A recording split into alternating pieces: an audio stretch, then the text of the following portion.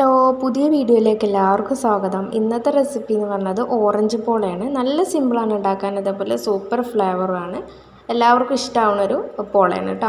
അപ്പോൾ അതെങ്ങനെ ഉണ്ടാക്കുന്നത് നമുക്ക് നോക്കാം. അതിന് വേണ്ടിയിട്ട് ഞാനൊരു ഓറഞ്ച് എടുത്തിട്ടുണ്ട്. ഒരു പോളയ്ക്ക് ഒരു ഓറഞ്ച് എന്നുള്ള കണക്കിനാണ് കേട്ടോ. അപ്പോൾ അത് സ്വീറ്റ് ഓറഞ്ച് അല്ല, സിട്രസ് ഓറഞ്ചാണ്. അതായത് നമ്മുടെ മുസമ്പി ഉണ്ടല്ലോ, അതാണ് കേട്ടോ. അതിന് വേണ്ടിയിട്ട് ഞാൻ എന്ത് ചെയ്തിട്ടുണ്ട്, ഒരു കുക്കർ എടുത്തിട്ടുണ്ട്. അതിലേക്ക് കുറച്ച് വെള്ളം ഒഴിച്ച് കൊടുക്കുക. എന്നിട്ട് കുക്കറിൽ ഓറഞ്ച് വെച്ചിട്ട് അതൊന്ന് 5 വിസിലാവണ വരെ ഒന്ന് ആക്കിയെടുക്കാം. അങ്ങനെ നമ്മളത് കുക്ക് ചെയ്തെടുത്തിട്ടുണ്ട് കേട്ടോ. അപ്പോൾ നിങ്ങൾക്ക് കാണുമ്പോൾ തന്നെ മനസ്സിലാവും, ഭയങ്കര സോഫ്റ്റാണ്. നമ്മൾ കത്തിയോണ്ട് മുറിക്കുമ്പോൾ തന്നെ മനസ്സിലാവും കേട്ടോ. കുക്കറിലാവുമ്പോൾ നല്ല സോഫ്റ്റായിട്ട് കിട്ടും. ഒരു 5 വിസിലെങ്കിലും ഇതാക്കണം, എന്നാലേ നല്ല സോഫ്റ്റിൽ കിട്ടുള്ളൂ. അപ്പോൾ അങ്ങനെ ഞാൻ എല്ലാം കട്ട് ചെയ്തിട്ടുണ്ട്. പിന്നെ പ്രത്യേകം ശ്രദ്ധിക്കാനുള്ളത്, ഈ ഓറഞ്ചിൽ കുരു ഉണ്ടാവില്ല, അതൊന്ന് കളയണം. ഇല്ലാന്നുണ്ടെങ്കിൽ പോളക്ക് കയ്പ്പ് ടേസ്റ്റ് വരും. പക്ഷെ ഇതിൻ്റെ തൊലി കളയണ്ട. തൊലി കളഞ്ഞില്ല എന്ന് വിചാരിച്ചിട്ട് കയ്പ്പ് ടേസ്റ്റ് ഒന്നും ഉണ്ടാവില്ല കേട്ടോ. നല്ല സൂപ്പർ ഫ്ലേവറായിരിക്കും. തൊലിയോടക്ക് തന്നെയാണ് നമ്മളിത് ഉണ്ടാക്കുന്നത്. അപ്പോൾ അതെങ്ങനെ ഉണ്ടാക്കുന്നത് നമുക്ക് നോക്കാം. അതിന് വേണ്ടിയിട്ട് മിക്സിൻ്റെ ജാറിലേക്ക് ഞാൻ 4 കോഴിമുട്ട ഇട്ട് കൊടുക്കുന്നുണ്ട്.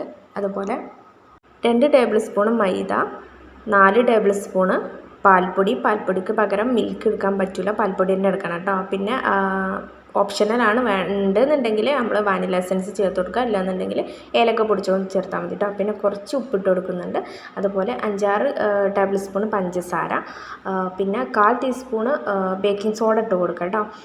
അപ്പോൾ ഇപ്പം ഞാൻ ഇട്ട് കൊടുത്തിട്ടില്ല, അതൊന്ന് ഇട്ട് കൊടുത്താൽ ഇപ്പോൾ നന്നായിട്ടൊന്ന് പൊങ്ങി വരും. പിന്നെ നമ്മൾ ഈ മുറിച്ച് വെച്ചേക്കുന്ന ഓറഞ്ച് ഇട്ട് കൊടുക്കുക.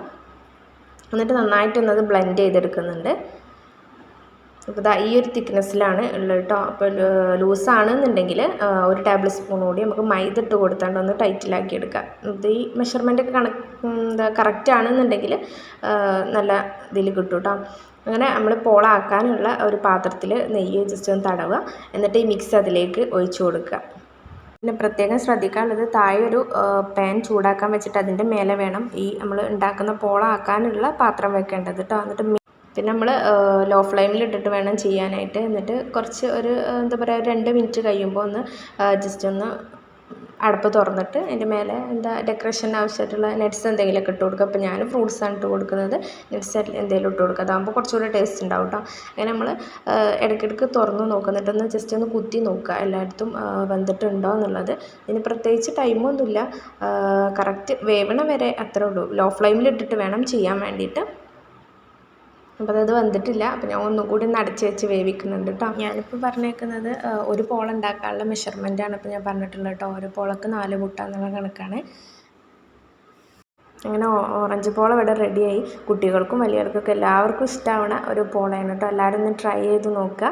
പിന്നെ നോൺ സ്റ്റിക്ക് പാത്രത്തിൽ തന്നെ ചെയ്യാൻ വേണ്ടിയിട്ട് നോക്കുക. കുക്കറിലാകുമ്പോൾ അത്രയും നല്ല സ്മൂത്തായിട്ടുള്ള കുക്കറിലാണെങ്കിൽ ശരിക്കും കിട്ടും. ഇല്ലാന്നുണ്ടെങ്കിൽ ചിലപ്പോൾ അടിക്ക് പിടിക്കാനുള്ള ചാൻസ് ഉണ്ട്. അതുകൊണ്ട് നോൺ സ്റ്റിക്കിൽ തന്നെ ചെയ്യാൻ വേണ്ടിയിട്ട് നോക്കുക. പിന്നെ പാത്രത്തിൻ്റെ സൈസ് നമ്മൾ കുറക്കണതിനനുസരിച്ച് കുറച്ച് നല്ല കട്ടിയിലായിട്ട് ഈ പോള കിട്ടും.